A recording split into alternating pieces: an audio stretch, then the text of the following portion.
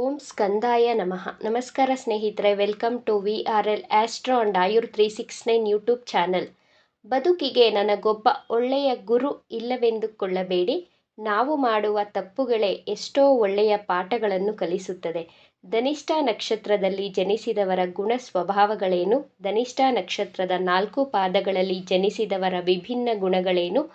ಯಾವ ಗ್ರಹದ ಶಾಪದಿಂದ ನೀವು ಈ ನಕ್ಷತ್ರದಲ್ಲಿ ಜನಿಸಿರುತ್ತೀರಾ ಹಾಗೂ ಪರಿಹಾರಗಳ ಬಗ್ಗೆ, ಜೊತೆಗೆ ಧನಿಷ್ಠ ನಕ್ಷತ್ರದವರಿಗೆ ಯಾವ ರೀತಿಯ ಆರೋಗ್ಯ ಸಮಸ್ಯೆಗಳು ಕಾಡುತ್ತವೆ, ಧನಿಷ್ಠ ನಕ್ಷತ್ರದವರು ಯಾವ ವೃತ್ತಿಯನ್ನು ಮಾಡಬೇಕು ಎಂಬಂತಹ ವಿಚಾರಗಳನ್ನು ಈ ವಿಡಿಯೋದಲ್ಲಿ ತಿಳಿಸಿಕೊಡಲಿದ್ದೇನೆ. ಕಾಲಪುರುಷನ ಕುಂಡಲಿಯಲ್ಲಿ ಧನಿಷ್ಠ ನಕ್ಷತ್ರ 23ನೇ ನಕ್ಷತ್ರವಾಗಿದೆ. ಧನಿಷ್ಠ ನಕ್ಷತ್ರದ 1, 2ನೇ ಪಾದಗಳು ಮಕರ ರಾಶಿಯಲ್ಲಿ ಕಂಡುಬರುತ್ತದೆ. 3 ಹಾಗೂ 4ನೇ ಪಾದಗಳು ಕುಂಭ ರಾಶಿಯಲ್ಲಿ ಕಾಣಬಹುದು. ಈ ನಕ್ಷತ್ರದ ಅಧಿಪತಿ ಕುಜ ಅಥವಾ ಮಂಗಳ ಗ್ರಹ, ಅಂಗಾರಕ ಎಂದು ಸಹ ಕರೆಯಬಹುದು. ರಾಶ್ಯಾಧಿಪತಿ ಶನಿ ಗ್ರಹ. ಈ ನಕ್ಷತ್ರದ ಚಿಹ್ನೆ ತಬಲ. ನಕ್ಷತ್ರ ದೇವತೆ ಅಷ್ಟವಸು. ನೀವು ಹನುಮಾನ್ ದೇವರ ಆರಾಧನೆಯನ್ನು ಮಾಡುವುದು ಹೆಚ್ಚು ಶುಭಕರವಾಗಿರುತ್ತದೆ. ಧನಿಷ್ಠ ನಕ್ಷತ್ರ ಕುಜನ ನಕ್ಷತ್ರವಾಗಿರುವುದರಿಂದ ತುಂಬ ಆಕ್ಟಿವ್ ಆ್ಯಂಡ್ ಎನರ್ಜಿಟಿಕ್ ಆಗಿ ಇರುತ್ತೀರಾ. ಬೇರೆಯವರಿಂದ ಹೇಗೆ ಕೆಲಸ ಕಾರ್ಯಗಳನ್ನು ಮಾಡಿಸಬೇಕು ಎಂದು ತಿಳಿದುಕೊಂಡಿರುತ್ತೀರಾ. ಧನಿಷ್ಠ ನಕ್ಷತ್ರದಲ್ಲಿ ಜನಿಸಿದವರಿಗೆ ಶನಿಗ್ರಹದ ದೋಷದಿಂದ ನಿಮಗೆ ಸರಿಯಾದ ಕೆಲಸಗಾರರು ಸಿಗುವುದಿಲ್ಲ, ಕೈ ಕೊಡುತ್ತಾರೆ, ನಿಮ್ಮ ಮಾತಿಗೆ ಗೌರವ ಕೊಡುವುದಿಲ್ಲ, ನಿಮ್ಮ ಮಾತನ್ನು ಕೆಲಸಗಾರರು ಕೇಳುವುದಿಲ್ಲ. ಇದಕ್ಕೆ ಪರಿಹಾರವನ್ನು ಕೊನೆಯಲ್ಲಿ ತಿಳಿಸಿಕೊಡುತ್ತೇನೆ. ಮದುವೆ ವಿಚಾರಕ್ಕೆ ಬಂದರೆ ನಿಮ್ಮ ಅತ್ತೆ ಹಾಗೂ ಮಾವನ ಜೊತೆ ಜಗಳ ವೈಮನಸ್ಸುಗಳು ಉಂಟಾಗಬಹುದು. ತುಂಬ ಕೇರ್ಫುಲ್ ಆಗಿ ಮಾತನಾಡಬೇಕು.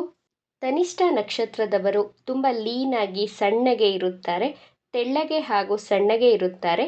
ನೀವು ನಿಮ್ಮ ವಯಸ್ಸಿಗಿಂತ ಸಣ್ಣ ವಯಸ್ಸಿನವರ ರೀತಿ ಹೆಂಗಾಗಿ ಕಾಣುತ್ತೀರಾ. ಧನಿಷ್ಠ ನಕ್ಷತ್ರದಲ್ಲಿ ಜನಿಸಿದವರು ಸಾಹಸಿಗಳು ಹಾಗೂ ನಿಷ್ಠಾವಂತ ಜೀವನವನ್ನು ನಡೆಸುವವರು. ಪ್ರಕೃತಿಯಲ್ಲಿ ಉಗ್ರ ಸ್ವಭಾವದವರು. ಯಾವುದೇ ಕೆಲಸವನ್ನು ಪ್ರಾರಂಭಿಸಿದರೂ ಆ ಕೆಲಸವನ್ನು ಕಂಪ್ಲೀಟ್ ಮಾಡುತ್ತೀರಾ. ಯಾರಿಗೂ ಕೆಟ್ಟದ್ದನ್ನು ಬಯಸುವುದಿಲ್ಲ. ತುಂಬ ಪ್ಲೆಸೆಂಟ್ ಪರ್ಸ್ನಾಲಿಟಿ. ಆದರೆ ನಿಮಗೆ ನಿಜವಾಗಿಯೂ ತೊಂದರೆ ಕೊಟ್ಟವರಿಗೆ, ದ್ರೋಹ ಮಾಡಿದವರಿಗೆ ಯಾವುದೇ ಕಾರಣಕ್ಕೂ ಬಿಡುವುದಿಲ್ಲ. ಸರಿಯಾದ ಸಮಯವನ್ನು ನೋಡಿ ನಿಮಗೆ ದ್ರೋಹ ಮಾಡಿದವರಿಗೆ ಪ್ರಹಾರವನ್ನು ಮಾಡಿ ದಂಡಿಸುತ್ತೀರಾ. ಇದು ನಿಮ್ಮ ಹುಟ್ಟುಗುಣ. ಹಲ್ಲಿನ ಸಮಸ್ಯೆಗಳು ಕಾಣಬಹುದು.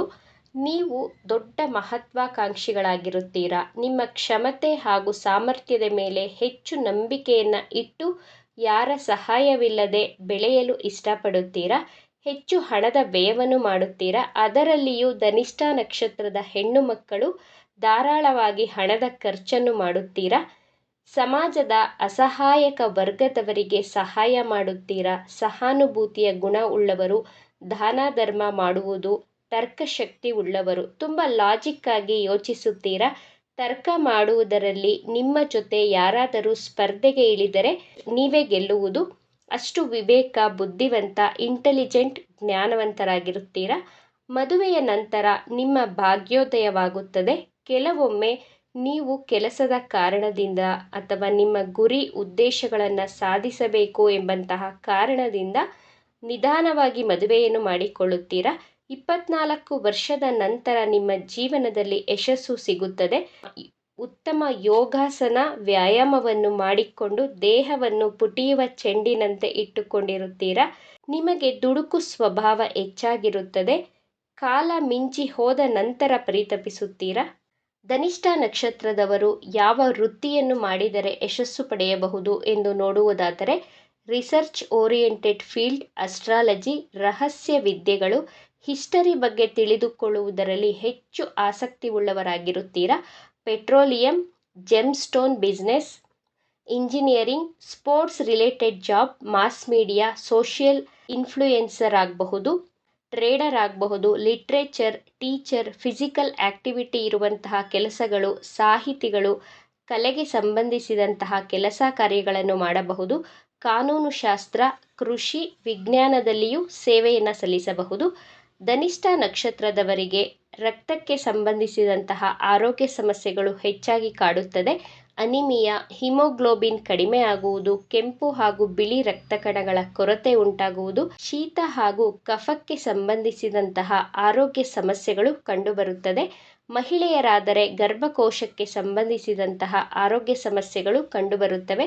ನೀವು ನಿಮ್ಮ ಆರೋಗ್ಯದ ಕಡೆ ಹೆಚ್ಚು ಗಮನವನ್ನು ಕೊಡಬೇಕು. ನಿಮ್ಮ ಆರೋಗ್ಯದ ಬಗ್ಗೆ ತುಂಬ ನಿರ್ಲಕ್ಷ್ಯವನ್ನು ಮಾಡುತ್ತೀರಾ. ಅನಾರೋಗ್ಯ ಹೆಚ್ಚಾದ ಮೇಲೆ ಚಿಕಿತ್ಸೆಯನ್ನು ಮಾಡಲು ಓಡಾಡುತ್ತೀರಾ. ಆದ್ದರಿಂದ ನಿಮ್ಮ ಆರೋಗ್ಯ, ನಿಮ್ಮ ಆಹಾರ ವಿಹಾರದ ಬಗ್ಗೆ ಹೆಚ್ಚು ಗಮನವನ್ನು ಕೊಡಿ. ಫ್ಯಾಮಿಲಿ ಲೈಫ್ ಬಗ್ಗೆ ನೋಡುವುದಾದರೆ ಧನಿಷ್ಠ ನಕ್ಷತ್ರದವರು ತಮ್ಮ ಒಡ ಹುಟ್ಟಿದವರ ಜೊತೆ ಒಳ್ಳೆ ಬಾಂಧವ್ಯವನ್ನು ಇಟ್ಟುಕೊಂಡಿರುತ್ತೀರಾ. ಆದರೆ ನಿಮ್ಮ ಜೀವನ ಸಂಗಾತಿಗೆ ಗೌರವವನ್ನು ಕೊಡದಿದ್ದರೆ ನಿಮ್ಮ ಮ್ಯಾರಿಡ್ ಲೈಫಲ್ಲಿ ಹೆಚ್ಚು ತೊಂದರೆಗಳನ್ನು ಅನುಭವಿಸಬೇಕಾಗುತ್ತದೆ. ನಿಮ್ಮ ಲೈಫ್ ಪಾರ್ಟ್ನರ್ಗೆ ದ್ರೋಹ ಮಾಡಿದರೆ ನಿಮ್ಮ ಅದೃಷ್ಟದಲ್ಲಿ, ನಿಮ್ಮ ಕೆಲಸ ಕಾರ್ಯಗಳಲ್ಲಿ ಅಡೆತಡೆಗಳು, ತೊಂದರೆಗಳು, ಅಬ್ಸ್ಟಕಲ್ಸ್ಗಳನ್ನು ಫೇಸ್ ಮಾಡಬೇಕಾಗುತ್ತೆ. ಆದ್ದರಿಂದ ನಿಮ್ಮ ಜೀವನ ಸಂಗಾತಿಗೆ ತುಂಬ ಲಾಯಲ್ ಆಗಿ ಇರಬೇಕು. ನಿಮ್ಮ ಲೈಫ್ ಪಾರ್ಟ್ನರ್ಗೆ ರೆಸ್ಪೆಕ್ಟ್ ಕೊಡಬೇಕು. ಧನಿಷ್ಠ ನಕ್ಷತ್ರದ ಮೊದಲನೇ ಪಾದದಲ್ಲಿ ಜನಿಸಿದವರು ತುಂಬ ಅಟ್ರಾಕ್ಟಿವ್, ಟಾಕಿಟಿವ್ ಆಗಿರುತ್ತೀರಾ. ವ್ಯಾಪಾರದಲ್ಲಿ ಚತುರರು, ಒಳ್ಳೆಯ ಮಾತುಗಾರರಾಗಿರುತ್ತೀರಾ. ಧೈರ್ಯಶಾಲಿಗಳು, ಸಾಹಸಿಗಳು, ಸ್ಥಿರ ಚಿತ್ತವುಳ್ಳವರು, ಬಿಂದಾಸ್ ಹಾಗೂ ಕೇರ್ ಫ್ರೀ ನೇಚರ್ ಅವರು.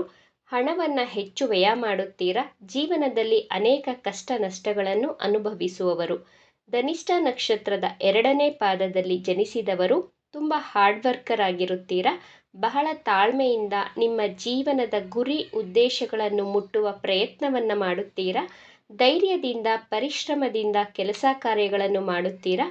ನಿಮಗೆ ವಯಸ್ಸಾದಂತೆ ಹೆಚ್ಚು ಎನರ್ಜಿಟಿಕ್ ಆಗುತ್ತೀರಾ.